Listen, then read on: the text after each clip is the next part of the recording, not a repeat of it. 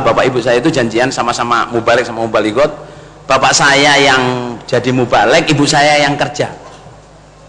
Sehingga kalau saya ngelihat ibu saya itu kesungguhannya melayani suaminya, sampai pengen wayu dilamarkan, dibiayani, dikasih mas kawinnya, sampai suaminya pengen beli motor dibeliin, pengen beli yang baru, sudah baru pengen beli baru lagi, saudara. Insya Allah orang nggak gitu tahu. Terus saya ngelihat gitu, kurang apa? Terus orang-orang kalau nasihat supaya istri taat ke suami, hes. Terus saya rasanya, tapi setelah saudara jemaah, saya mengenal ayat, saya mencari jawabnya, kenapa istri harus taat ke suami, membuat hati saya jadi longgar, saudara. Saudara ya, ini nasihat untuk ibu-ibu, bapak-bapak nggak usah dengerin ya. Kenapa ibu-ibu harus taat ke suami? Kenapa? Saya jawab tuh kenapa itu gini. Jadi Allah mengkodar, saudara jamaah, Allah mengkodar ya. Allah membuat makhluk perempuan itu dicipta oleh Allah. Manusia perempuan ini fisik dan mentalnya lebih dekat ke neraka daripada ke surga. Fisiknya, secara fisik ya lebih dekat ke neraka, secara mental juga lebih dekat ke neraka. Itu qadar Allah. Maka Nabi itu melihat, faida ra'aitu aktsaru ahlihan nisa, maka ketika saya lihat neraka, kebanyakan penghuninya adalah perempuan.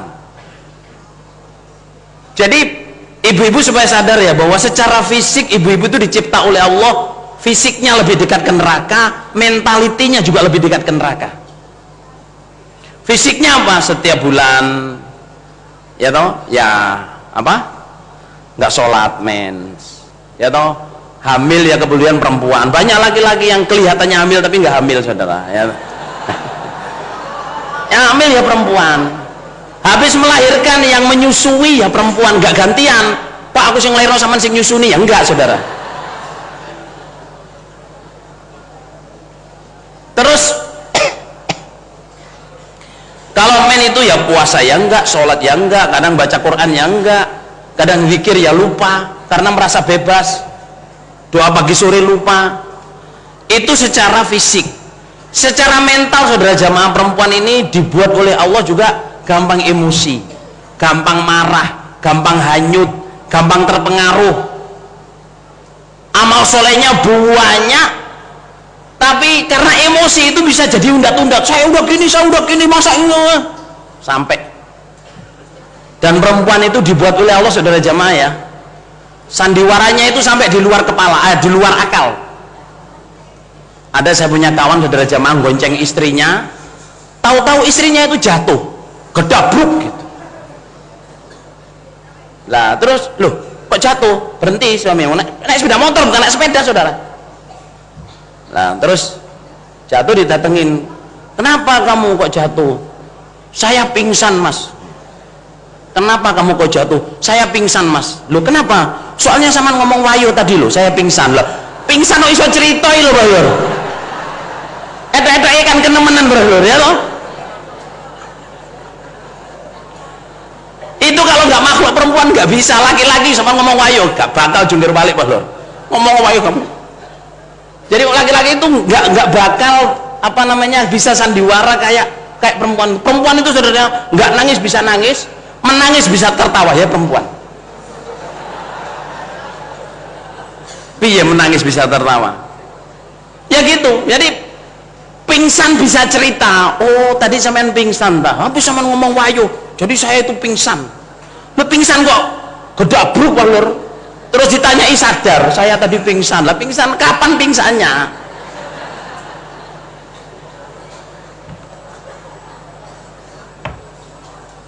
Oke, sejamaah ya. Perempuan ini kenapa harus taat ke suami? Ini jawabnya adalah keadilan Allah. Allah menolong makhluk perempuan melalui seorang makhluk suami. Apa apa itu? Jadi perempuan saudara jamaah, karena kurang agamanya, karena kurang akalnya, karena fisik dan mentalnya lebih ke neraka, Allah memberikan pertolongan. Apa pertolongannya? Lihat sabda Rasulullah SAW, idza sholatil mar'atu khamsaha wa shamat syahraha wa ata'at zaujaha wa hafidhat farjaha wa ata'at zaujaha qila laha dukhulil jannah.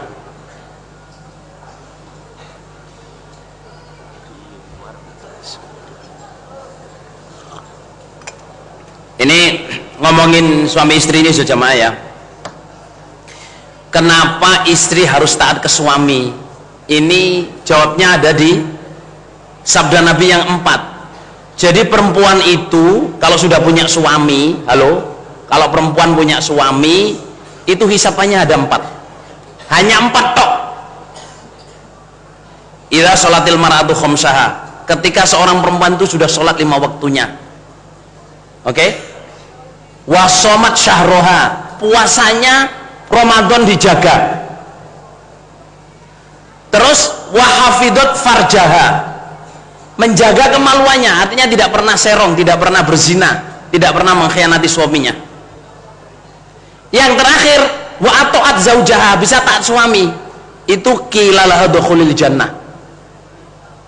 Dikatakan untuk perempuan itu silakan masuk surga. Yang lain-lain tidak dilihat oleh Allah, dimaafkan semua. Yang penting sholat, puasa, menjaga kemaluan dan taat suami. Kalau ada seorang perempuan nekat, saya ingin masuk surga tanpa suami, oh hisapannya berat saudara, susah, mau lolos itu susah.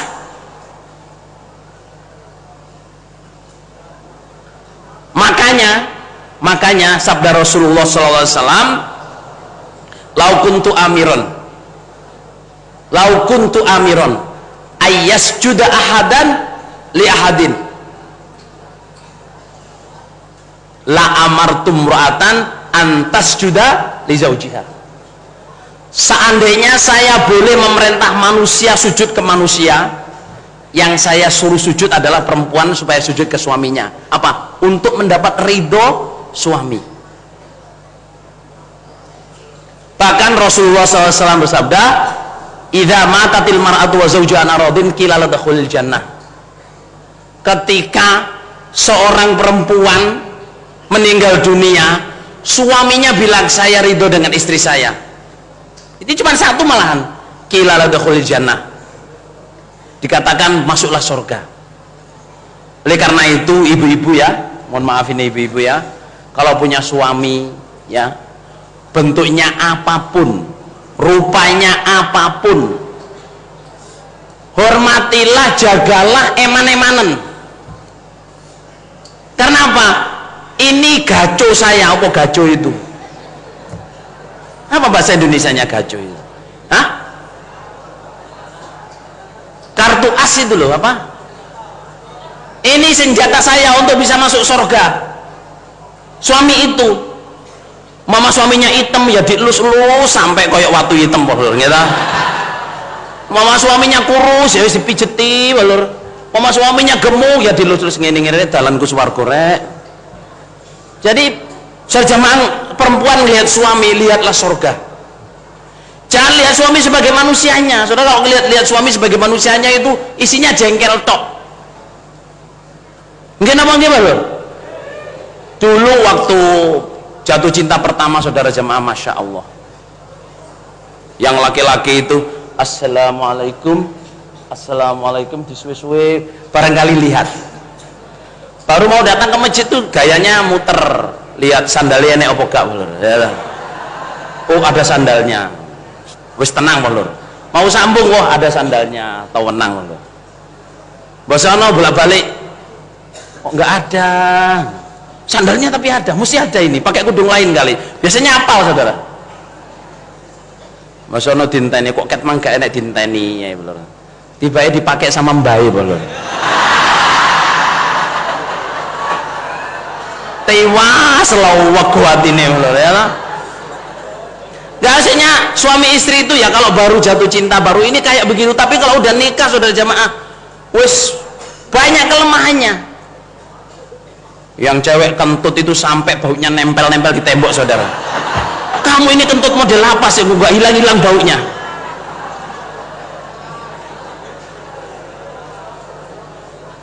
Jadi kadang suami istri itu saja mah kalau nggak betul-betul melihat, oh ini suami saya, jalan saya ke surga, itu bisa jengkel sama suami, bisa benci, bisa paling nggak disuka adalah suaminya. Makanya ibu-ibu dan bapak-bapak kalau sudah punya suami, lihatlah ini jalan surga saya. Tetapi dengan tadi, hunna libasul lakum wa antum libasul lahun.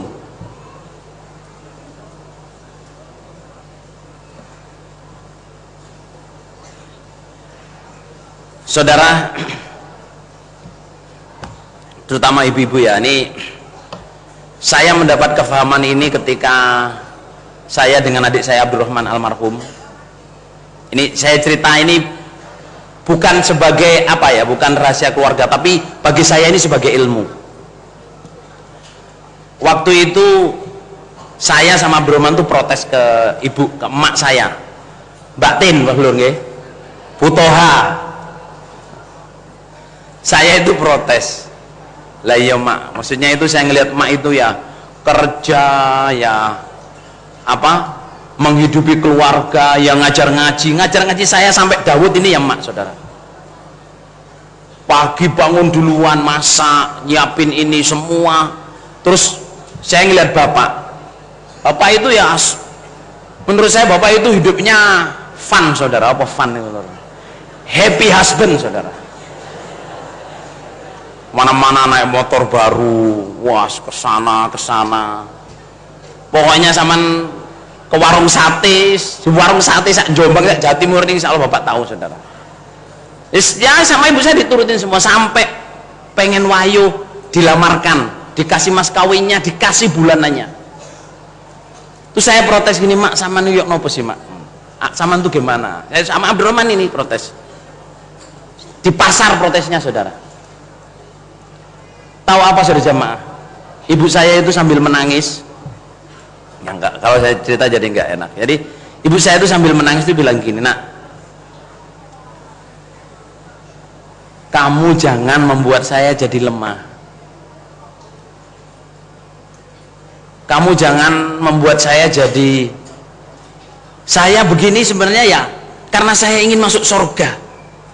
Bukan saya ini jagoan, bukan, saya ini manusia biasa. Mestinya kamu nasihatin saya, mak jazakillah khairan, mak bisa jadi baik, bisa seperti ini, bisa ngurmatin suami kayak gitu, bisa. Masya Allah, sudah jamaah, itu surga saya ya di bapakmu ini. Seberapapun beratnya saya ridho asal ditukar oleh Allah surga. Perkara bapakmu ini itu urusan bapak kamu. Jadi saya nggak boleh nggak taat sama bapak kamu. Kalau bapak kamu itu semau, itu urusannya hisapannya di sisi Allah. Saya takut hisapan saya sendiri. Itu sambil menangis, saudara jamaah, tapi nggak ngotot kayak gini kayak saya ini. Dia ngomongnya pelan-pelan, tek gitu. Akhirnya saya sama Abdurrahman menangis. Saya pikir saya itu kasihan sama mak, terus mak gimana gitu. Tapi ternyata ibu saya nggak begitu, nak. Kamu jangan membuat saya lemah. Kamu pikir saya begini ini nggak berat? Ya, saya itu sebenarnya berat, tapi saya melihat surga itu semua jadi ringan. Saudara jamaah ya, waktu wahyu pertama itu di depan mata saya, saudara jamaah, ada orang jamaah itu datang. Kilo Mbak Tin, saya beliin semongko, barangkali panas dalam. Saya itu di depannya ibu saya, kilo tak tukokno semongko, barangkali panas dalam.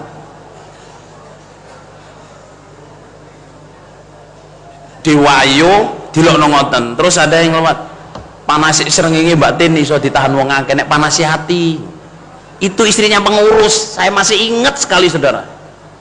Tahu nggak, panasnya matahari masih bisa ditahan oleh semua orang, tapi panasnya hati, segitunya saja jamaah.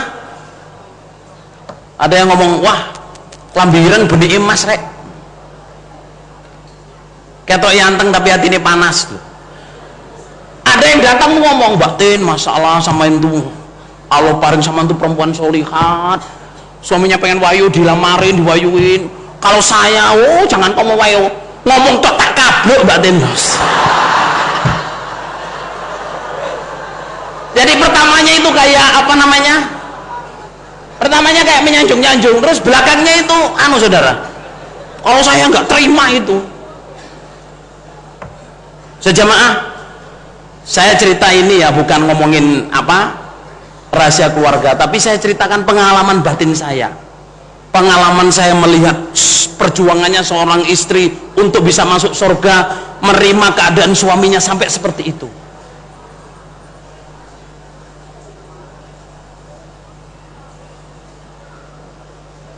Dan kita yang melihat nggak tahan, tapi beliau sendiri ngomong, kamu jangan melemahkan saya. Dan saya akhirnya bisa mendapatkan pelajaran hikmah sampai saya bisa share dengan bapak dan ibu-ibu di sini.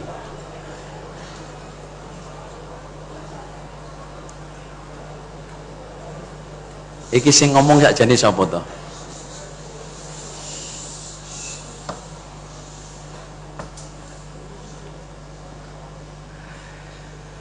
Alhamdulillah, jazakumullah khairan. Mudah-mudahan ibu-ibu semua di sini menjadi istri yang solehat, bisa menerima suaminya apa adanya. Yang pengen dapat suami, mudah-mudahan paling dapat suami yang barokah, yang baik. Alhamdulillah, jazakumullah khairan.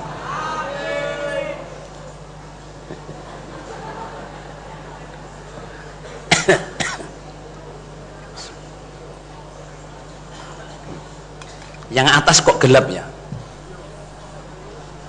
Kelihatan nggak nulis adik-adik? Oh, kelihatan saudara. Berikut saudara jamaah ya, suami istri sekarang, suami istri lagi. Sekarang bapak-bapak ngelihat istri, okay? Saya ada dua mangkulan yang agak menurut saya bertentangan, tapi ada baiknya saya ceritakan ya.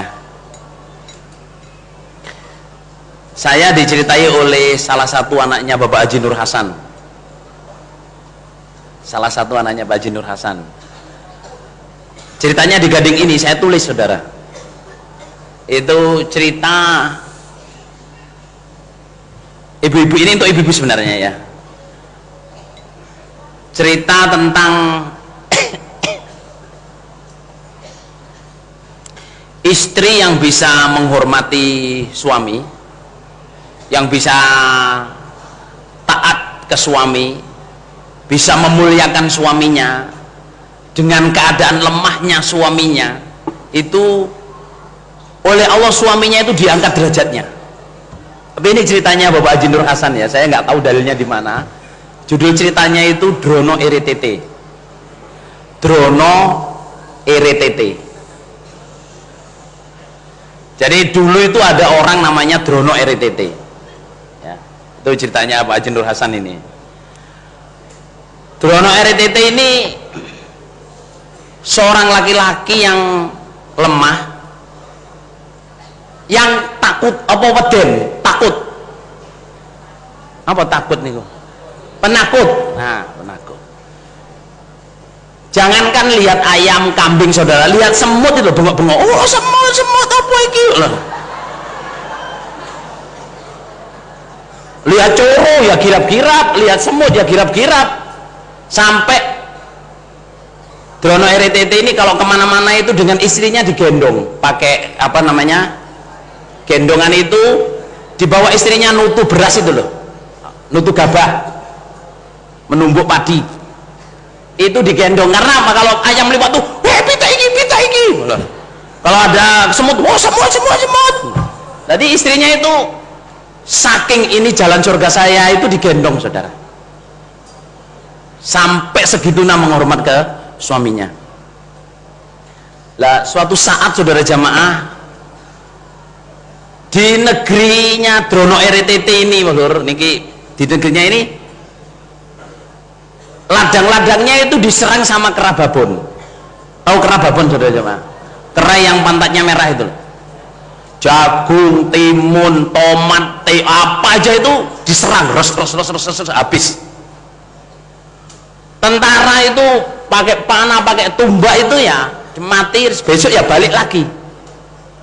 Dilala Allah paring itu rajanya mimpi yang bisa ngusir Kerababon itu namanya Drono RTT, saudara.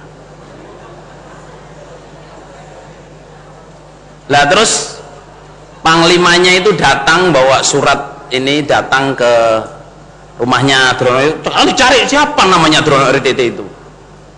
Lah terus rajanya juga tahu ternyata Drono RTT itu orang laki-laki lemah yang digendong suaminya, yang digendong oleh istrinya. Jangankan sama Kerababon, sama semut lo takut, tapi rajanya pokoknya diperintah dia yang bisa ngusir. Terus didatangi itu niki dalamnya Drono, ini rumahnya Drono RTT nggih Pak. Drono RTT itu niki bojo kula, niki kula gendong, ini istri suami saya. Ini saya diperintah, ini perintah raja. Drono RTT diperintah untuk ngusir Kerababon ini.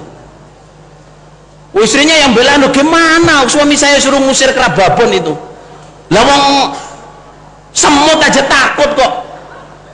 Ya ini perintah ini harus dikerjain, kalau enggak nanti dipancung lehernya. Nah terus di anong iku ya sing wedok nawangi pun ngantos pateni ngoten. Lah engko nek dipateni kula melok sapa ngono. Aja dijawab melok aku walur nggih ta. Saya ikut siapa kalau suami saya mati. Akhirnya terus si Drono RTT, ya wis Nduk, nggak apa-apa, daripada saya mati kamu nanti nggak ada suaminya. Gini aja, suruh bikin, raja itu suruh bikin ini gubuk di sawah yang kemungkinan akan didatangi Kerababon itu, kon nggawe gubuk. Tahu gubuk nama betul lho? Rumah-rumahan di sawah itu. Bikin gubuk yang kuat. Nanti menjelang maghrib kamu ikat badan saya di salah satu tiangnya.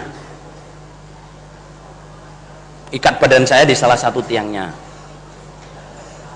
Karena datangnya Kerababon itu kalau matahari sudah terbenam, itu baru datang ngerusak tanaman itu. Lah setelah di situ saudara jamaah, dilalat setelah diikat itu menjelang matahari terbenam itu udah terdengar suaranya Kerababon itu datang kros itu.